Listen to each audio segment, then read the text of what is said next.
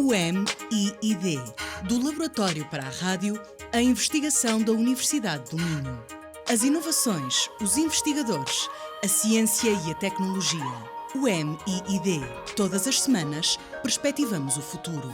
Quinta-feira, às 20 horas e em podcast em rum.pt. Olá, sejam bem-vindos ao UMIID, esta semana com o investigador Pedro Vieira, do Centro de Biologia Molecular e Ambiental da Universidade do Minho, que em parceria com a Universidade de Aveiro descobriu a existência de 34 novas espécies de invertebrados marinhos. Muito bem-vindo aos estúdios da RUM e desde já muito obrigada por ter aceito também o convite para participar aqui no UMIID. Obrigado, eu.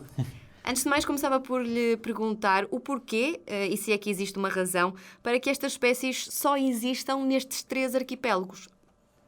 Razão é uma razão geológica, não é? A Macaronésia, estes arquipélagos da Madeira, das Canárias e Açores, sofreram um processo geológico que foi pouco afetado pelos períodos glaciares e por isso estas populações, ao longo dos milhões de anos, puderam permanecer lá desenvolver-se e diversificar-se e especiar-se lá. Mas podemos dizer também que há algo de comum nestas águas a nível, por exemplo, de minerais, sou eu a dizer, não é? Mas, ou é mesmo só essa questão? Sim, é só mesmo essa questão, porque no Nordeste Atlântico nós sabemos que os períodos glaciares afetaram muitas populações marinhas. Há cerca de 20 mil anos, a parte da Europa estava coberta por gelo e estas populações marinhas foram, podemos dizer, dizimadas.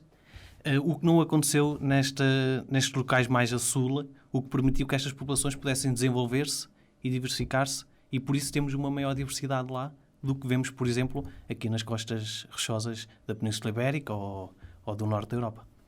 São 34 espécies totalmente diferentes de ilha para ilha. Neste caso, estamos a falar da Madeira, dos Açores e das Canárias. Ou de ilha para ilha, algumas destas espécies têm algo em comum? Dependendo da espécie, mas posso dizer que cerca de 75% é específica de uma só ilha, o que é um número considerável. Mas algumas estão presentes em várias ilhas ou até podem estar presentes também nas costas de Marrocos e da Península Ibérica. Mas penso que 75% já é um valor assinalável. Bastante considerável. Para uma imagem mais visual para os nossos ouvintes, para eles perceberem também daquilo que estamos a falar, estas espécies são parecidas com o quê, no fundo? Com que espécies já conhecidas? Vamos dizer como camarões ou bichos da conta, por exemplo, apesar de serem de grupos taxonómicos diferentes. E como é que surgiu todo este processo para começar a investigar, então, juntamente com a Universidade de Aveiro, estas espécies que depois, lá está, mais de 30 novas espécies marinhas? Foi um acaso. Nós estávamos a investigar a biodiversidade marinha da Europa e também destas ilhas e por acaso começámos a ver que havia novas espécies que não estavam ainda identificadas e então tentámos explorar o assunto, fomos novamente a estas ilhas tentar procurar mais espécies e tivemos a felicidade de encontrar estes casos usando ferramentas, usando o ADN. Nos documentos a que tive acesso, que me passou, diz que estas espécies não são larvares. No fundo, então, a minha pergunta é como é que, não sendo larvares, se reproduzem? A questão é, eu não tenho fase larvar. Geralmente estes invertebrados marinhos têm uma fase larvar. Pensemos, por exemplo, no caranguejo, que tem uma larva muito pequenina e então consegue dispersar-se facilmente pela coluna d'água e consegue colonizar novos habitats. Estas espécies não têm isso, por isso a capacidade de dispersão delas é muito baixa. Isto é, elas geralmente ficam retidas no local onde os juvenis são libertados. E por isso, como eles não migram, eles ficam ali e eles evoluem ali e daí essa diferença entre os diferentes locais. A nível de quantidade, qual é o número destas espécies? Digamos, sabemos que temos 34 novas espécies, mas de cada uma delas temos uma grande quantidade, são espécies que são poucas neste momento, estão em vias de extinção. Deste grande grupo, existem cerca de 10 mil espécies no planeta.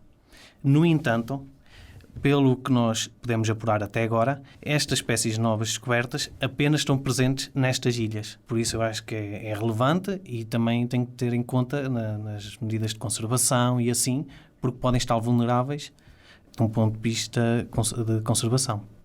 Para além de não serem espécies de larvares, existem outras características que são, digamos assim, identitárias destas espécies?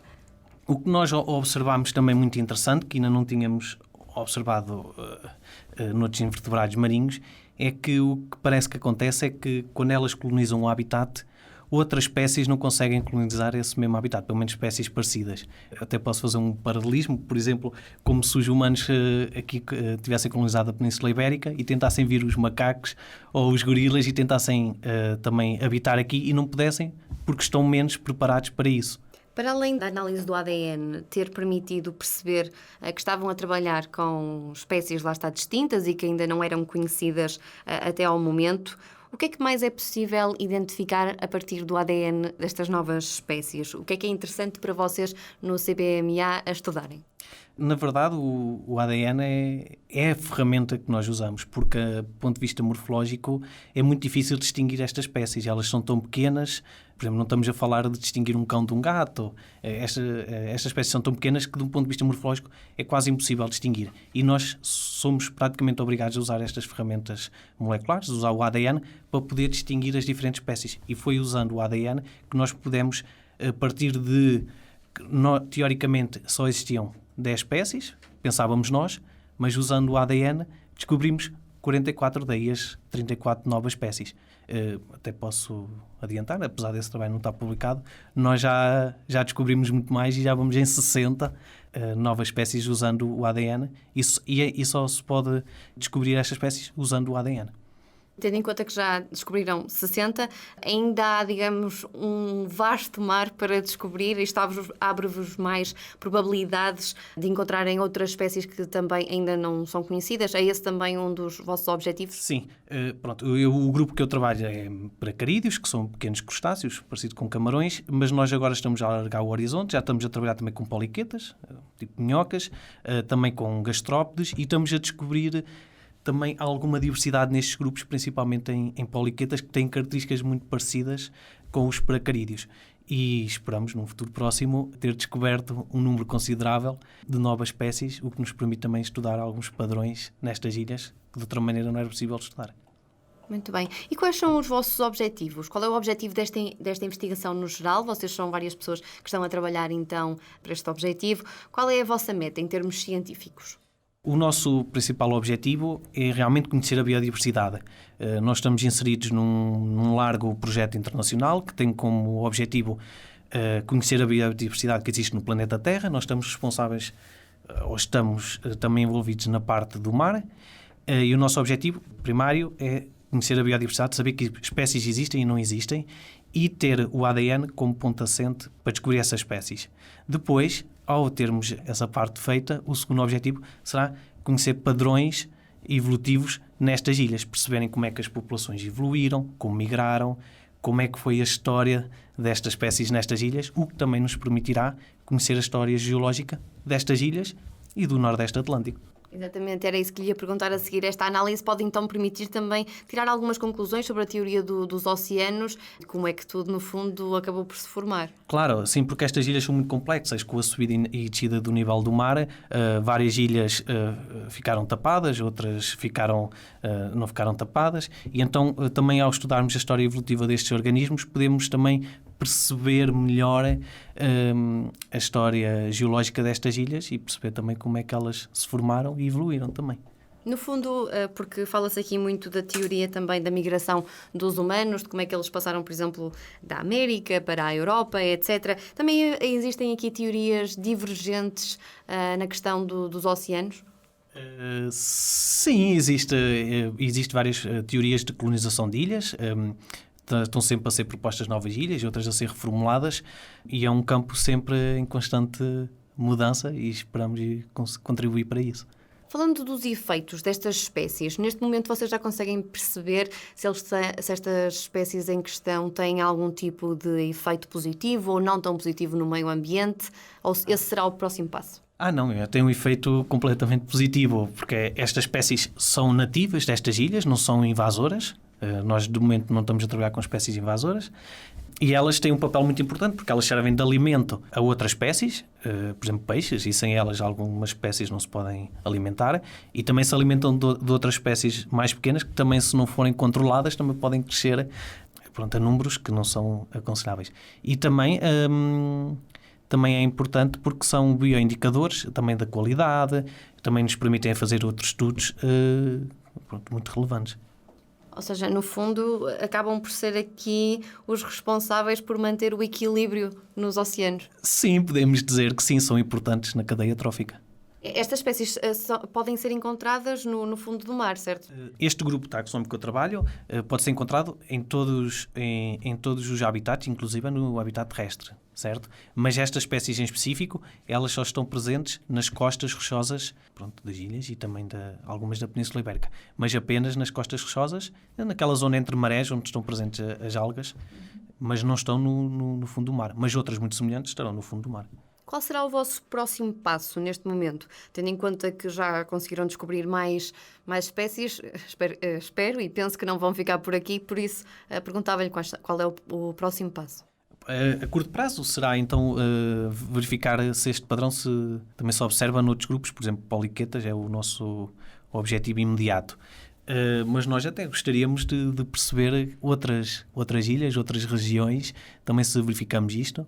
E depois, quem sabe, ainda é longo prazo. Já é esperado realmente isso, que avancem para analisar outras ilhas. Perguntava-lhe se também têm algum tipo de financiamento para, digamos, expandir mais os horizontes. Sim, este trabalho foi suportado inicialmente por um projeto em Aveiro e depois por um projeto aqui na Universidade do Minho. Nós também, como fazemos parte de dois consórcios, um internacional e outro europeu, regularmente temos acesso a algum financiamento para ir fazer campanhas e recentemente tivemos nas Canárias 2 semanas a fazer novamente recolhas. Esperamos no futuro continuar a ter algum financiamento para poder fazer novas amostras e ter mais material. Muito bem. Muito obrigada, Pedro, pela sua presença aqui no MID. Espero que tenha gostado desta experiência diferente. Sim, acho que foi positivo e espero que tenham compreendido e que tenham gostado do tema. Espero também que regresse cá com mais espécies distintas de invertebrados marinhos. Bem, chegamos ao fim da nossa conversa. Quanto ao MID, nós regressamos na próxima semana com mais um tema e uma investigação para simplificar. Até lá. O MID, do Laboratório para a Rádio, a investigação da Universidade do Minho. As inovações, os investigadores, a ciência e a tecnologia. O MID. Todas as semanas, perspectivamos o futuro. Quinta-feira, às 20 horas e em podcast em rum.pt.